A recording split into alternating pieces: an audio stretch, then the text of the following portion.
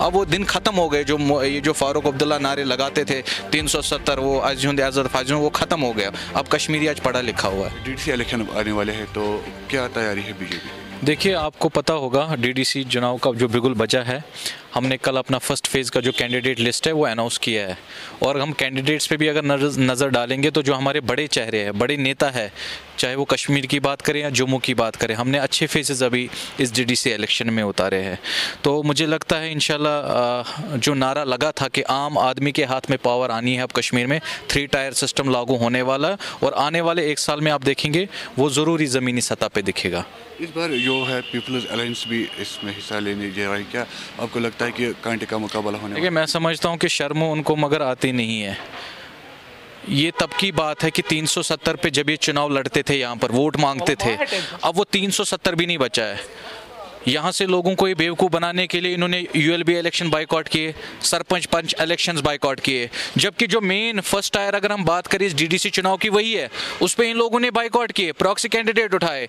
आज लोगों को बेवकूफ़ बनाने के लिए किस तरीके से हम इस चुनाव में लड़ेंगे और आज पीपल्स अलायंस बनाएंगे। इनको शर्म नहीं आती, अब इनको मिलना पड़ा बीजेपी को हटाने के लिए, लेकिन मुझे लगता है उन सबसे बीजेपी को फ़र्क होने वाला नहीं है। आप देखेंगे भरपूर जो हमारे कैंडिडेट्स हैं वो जीत के आएंगे और डीडीसी में अपना झंडा गाड़ देंगे। इनका मानना यही है कि 370 के बाद ये पहला इलेक्शन होने वाला है, तो इनका यही मानना है कि अब बीजेपी जो है वो डर महसूस करती है क्योंकि मेजॉरिटी उनके पास नहीं है। हमें डर किस बात का भाई, हमने यूएलबी इलेक्शन भी लड़ा ना जब इन्होंने बॉयकॉट किया, हमने पंचायत इलेक्शन भी लड़े ना, हमें डर क्यों लगेगा? हम ही तो इस चुनाव के पीछे थे कि इलेक्शन होने चाहिए। कश्मीर में जो अब जो मुसीबतें हैं, जो गांव में आप रूरल एरिया देखिए जहां पर डेवलपमेंट की ज़रूरत है वहां नहीं हो रही थी, अब ये 370 का नारा लगा के कश्मीरियों को बेवकूफ़ बना चुके हैं। कश्मीरियों ने इनको तमाचा मार चुके हैं। अब कश्मीरियों को नेशनल कॉन्फ्रेंस, पीडीपी और कांग्रेस नहीं चाहिए, अब उनको रोज़गार चाहिए, सड़कें ठीक चाहिए, बिजली पावर पानी चाहिए।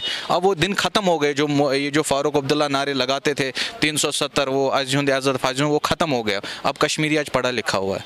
अब 3 टायर सिस्टम आने वाला है तो क्या खास बात? वही खास बात देखिए, डेवलपमेंट के हवाले से अगर बात करें तो 370 अपग्रेड के बाद यहाँ पर कुछ ज़्यादा डेवलपमेंट नहीं दिख रही है। देखो जिगर 370 को हुए मुझे लगता है अभी 1 साल हुआ है, लेकिन उसके बाद ही कोविड आ गया। कोविड में आपने देखा पूरी दुनिया के साथ साथ हमारी ये रियासत भी कहीं ना कहीं थम गई थी, बंद हो गई थी।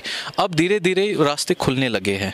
इंशाल्लाह आप देखिए 1 साल, ज़्यादा से ज़्यादा 1 साल में आप देखेंगे कि डेवलपमेंट नज़र आए। ऐसा नहीं कि डेवलपमेंट काम अभी भी हो रहे हैं। आप देखिए जो बड़े बड़े प्रोजेक्ट, नेशनल हाईवे की बात कीजिए, फ्लाईओवर की बात कीजिए, इन पर तो काम चल रहा है ना, हो रहा है। इंशाल्लाह आप देखेंगे आने वाले 1 साल में आप एक नया जो हमने वादा किया है हमारे ऑनरेबल प्राइम मिनिस्टर साहब ने कि नया कश्मीर दिखेगा, वो ज़रूर इंशाल्लाह दिखेगा। आपका मानना है कि जो डीडीसी इलेक्शन है तो उसमें वो भरपूर कामयाबी हासिल करेगी? नहीं, देखिए मैं समझता हूँ कि डीडीसी चुनाव में आज वो लोग खड़े हुए हैं जिन बेचारों को दूर दूर तक कोई पॉलिटिक्स में रिश्तेदार नहीं है। वो उसी गाँव, उसी ब्लॉक का इंसान है जिसको कल लोग पकड़ के वहाँ पर अपना काम करवाएंगे। आज वो नहीं है कि मेरा बाप चीफ मिनिस्टर था तो मैं इलेक्शन लड़ूंगा, मेरा बाप बीडीसी चेयरमैन था तो मैं इलेक्शन लड़ूंगा। आज आम आदमी इस चुनाव में आ चुका है और जिसको कल लोग अपना काम करवाएंगे। मैं समझता हूँ बहुत बड़ी उपलब्धि आज 3 टायर जो डीडीसी इलेक्शन हुआ ये इम्प्लीमेंट हो रहा है और इंशाल्लाह आने वाले सालों में आप देखेंगे इसका एक अलग इम्पैक्ट होगा जम्मू कश्मीर पर। Thank you.